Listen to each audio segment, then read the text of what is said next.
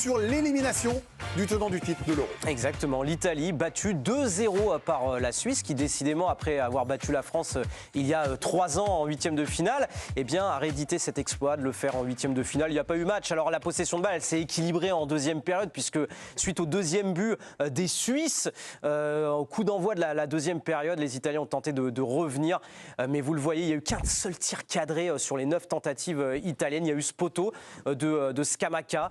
Ils sont là, les Suisses, ils ont réussi à éliminer le tenant du titre et c'est d'ailleurs depuis le format 24, c'est la 3e fois de suite que le tenant du titre est éliminé en huitième de finale. Il y avait eu l'Espagne en 2016, le Portugal en 2021 et désormais l'Italie en 2024 éliminée en huitième de finale de l'Euro. Bien vu.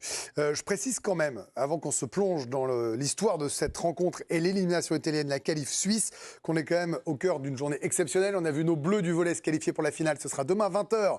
On attend le vainqueur Slovénie ou Japon. Et puis tout à l'heure, on aura France-Finlande. C'est du basket parce que c'est la chaîne équipe, l'équipe des Bleus. On va vous présenter les matchs de l'équipe de France féminine en préparation des JO. Avant les garçons, ce sera mercredi avec Wembanyama. Raymond Domenech, je viens vous voir, élimination de l'Italie. Oui. J'imagine que vous êtes très déçu. Ça, c'est la première chose. Voilà, j'imagine que vous êtes effondré. Mais on ne peut pas dire que ce soit injuste. Non, c'était tellement évident qu'on n'arrive même pas à être déçu pour les Italiens. Parce que sur ce qu'ils ont montré dans ce match-là, je veux dire, j'ai rarement vu une équipe aussi pauvre. C'est à tous les niveaux, hein, physique, technique, tactique, l'organisation, tout. J'ai l'impression, c'est pas possible. Je ne sais pas si c'est pas une des pires matchs en compète, parce qu'ils se sont fait sortir avant les compètes. Que j'ai vu, moi, franchement. Non, parce que des fois, on avait l'impression qu'ils pouvaient de temps en temps. Mais là, je disais comment faible, ils ne peuvent pas s'en sortir. C'est faible et même en termes de profondeur d'effectif, c'est quasi un peu inquiétant que l'équipe d'Italie se présente comme ça. Ça qui est un trou générationnel, c'est certain. Voilà, on faisait un peu la réflexion en regardant le match de voir El Shaarawy titulaire d'une équipe italienne en 2024. C'est étonnant. Et il y a des joueurs qui n'ont quasiment pas le niveau de l'histoire de l'équipe d'Italie. Scamacca, Cristante, c'est assez catastrophique. Il y a évidemment quelques joueurs qui ont un peu de talent. On sent que chez Fagioli, il peut y avoir un petit truc de temps en temps, peut-être chez Barella, mais c'est vraiment très très limité. Après, il faut rendre hommage aussi à les affaires des joueurs. Alors, c'est le drame quand vous éliminez une nation aussi majeure en foot, c'est qu'on parle d'abord de l'élimination de la nation majeure, en plus du titre, que de la qualif suisse. Mais j'ai pas envie de dire que c'est une surprise, Pierre. C'est pas vraiment une surprise. Non, c'est pas vraiment une surprise de le voir se sortir par cette très belle équipe de Suisse, mais de voir les 90 minutes, moi je suis quand même surpris. Et j'ai même ressenti quelque chose d'assez rare devant le match et qui est peu flatteur, c'est presque de la pitié. Et je le dis très sincèrement. C'est très peu flatteur. Non, mais vu le niveau de cette équipe, j'ai presque pas envie de tirer sur une ambulance. Parce que cette équipe, on l'a dit, individuellement, c'était très faible. Raymond parlait des problèmes tactiques, mais j'ai jamais vu autant de. Non, mais là, c'est pas une ambulance, c'est un corbillard. Ouais, bah là, je te laisse mettre de tes mots, mais l'image. C'est après encore. Je reprends l'expression qu'avait Olivier Durmas sur les courants d'air, mais j'ai jamais vu. L'Italie, c'est quand même le pays du catenaccio, la tactique. J'ai jamais vu autant de lignes desserrées sur le terrain. Les Suisses rentraient où ils voulaient, quand ils voulaient. Et franchement, Donnarumma, c'est l'arbre qui cache la forêt. C'est peut-être le seul joueur qui a le niveau. S'il n'y a pas de Donnarumma à 7 €, même sur les matchs de poule, même sur le match de tout à l'heure, passe pas sans Donnarumma. C'est pas pareil. Et tu parlais de la pire équipe, peut-être que la Coupe du Monde 2010, ils se font sortir en phase de poule, me semble-t-il. Oui, alors peut-être. Voilà. C'était il y a 14 ans. Mais là, ce que j'ai vu, en fait, c'est une équipe moyenne qui se fait sortir par une équipe de Suisse qui est au-dessus. Une équipe de Suisse qui, entre parenthèses, peut jouer le titre, vu la façon dont elle joue. Ah non, mais totalement. Et pour illustrer les propos de Pierre et les courants d'air... on va y aller sur le courant d'air. Non, mais c'est la séquence du premier but suisse de Freuler. D'ailleurs, c'est un record de nombre de passes avant de marquer ce but. Il y a eu 31 passes. C'était plus arrivé depuis l'Euro 1980. Donc une séquence de 31 passes qui amène ce but. Ça, c'est historique. Et vous parlez très rapidement juste de Gianluigi Donnarumma, parce que finalement, il a encore une fois essayé de tenir la baraque. Il a eu 2 arrêts à faire. Il a tenté de faire des choses, il y a eu un dégagement important, à un moment il y a aussi ce poteau qui le sauve, mais c'est lui qui fait l'arrêt, mais lui au moins il aura essayé de tenir le rang des Italiens. Alors Olivier, on va parler des courants d'air, mais comme vous étiez attaquant, je voudrais qu'on parle des buts marqués par les Suisses aussi, parce qu'après tout il y a de ça, ce sont des très beaux buts, ils marquent 2 très beaux buts. Mais les enchaînements sur le premier, il est absolument magnifique, et sur le deuxième, quand on parle de courant d'air, comment Vargas se retrouve absolument seul dans la surface de réparation, sans aucune opposition. Il y a 2 mètres. Franchement, il y a 2 mètres avec chaque joueur. Ça n'existe pas à ce niveau de compétition, c'est pas possible. C'est pour vraiment que ils sont même indigents les Italiens. Vous avez raison de rappeler Vargas, pour ceux qui n'ont pas vu le match, parce que là c'était en mode grande soirée, il y avait du volley.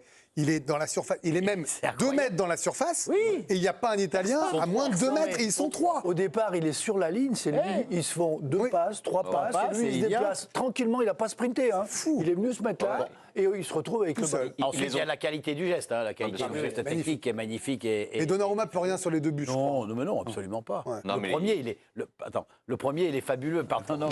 Attends, doucement sur foot. Mais non, Mais t'as raison. mais dans le premier, dans le contrôle, même si c'est légèrement dévié et que Donnarumma ne peut que l'effleurer du pied, c'est ce qu'il faut remarquer. C'est aussi, encore une fois, l'appel de balle qui est fait, et ensuite ce contrôle, enchaînement, pied droit, pied gauche, et ça part, c'est Non, mais impeccable. ce qu'on disait tout à l'heure, tactiquement ou même physiquement, quand on voit l'appel de calé, balle, Ouais. le mec, tout le monde le voit là-bas. Bien sûr. Il va partir, on voit plein écran, Ouais. il part, et les 2 milieux italiens, Ouais.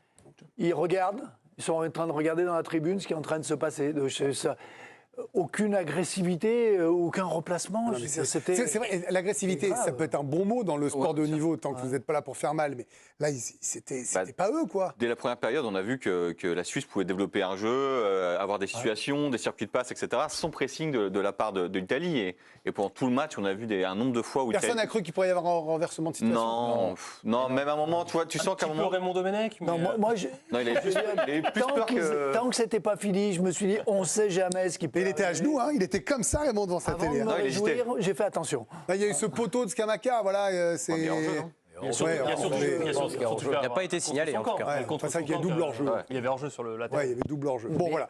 Mais on a juste eu le sentiment que les Italiens étaient bons en fin de match, parce que les Suisses, ils ont commencé vraiment à être peinards, quoi, tu vois. Parce qu'ils se sont même mis en difficulté tout seuls, dans certaines occasions. C'est terrible, en fait. ce que Mais vous oui, dites, c'est là. terrible. Mais le Mais staff bien a sûr, géré, c'est terrible. Greg, Mais il n'y a rien. en C'est Italie. ça. À la 76e minute, le staff décide de faire sortir Mbolo, qui est l'attaquant suisse, en prévision des quarts finales. C'est-à-dire qu'à la 76e minute d'un Italie-Suisse, le staff suisse a eu l'outrecuidance de gérer son effectif pour le quart de finale. L'intelligence. Ça veut tout dire. L'intelligence, mais même le simili-provocation. Et juste, on voulait faire peut-être un focus sur Granit Xhaka, parce qu'il a été encore une fois ultra important au milieu de terrain de cette équipe de Suisse. Il a fait une saison formidable à Leverkusen. C'est celui qui a touché le plus de ballons. Il en a perdu que 4 seulement sur cette centaine de ballons qui a été touché. Et c'est passes qui ont fait les différences à chaque fois. On parlait justement des circuits et des passes des Suisses qui transperçaient les Italiens. 37 passes réussies dans le dernier tiers de l'Italie. Oui, les journalistes italiens qui ne sont pas tendres, évidemment, avec leur équipe nationale, le Corriere dello Sport, qui titre « Défaillance totale des Italiens ».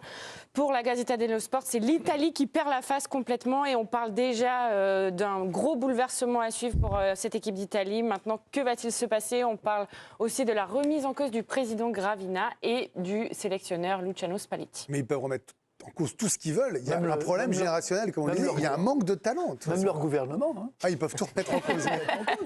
Allez-y. Hein. C'est peut-être lié. C'est peut-être Je lié. pense qu'il faut faire attention. Alors, il faut prévenir tout le monde dans ce Il faut cas-là. prévenir tout le monde pour dimanche. Il y a 24 heures d'avance. Bien sûr, sur la soirée électorale, évidemment.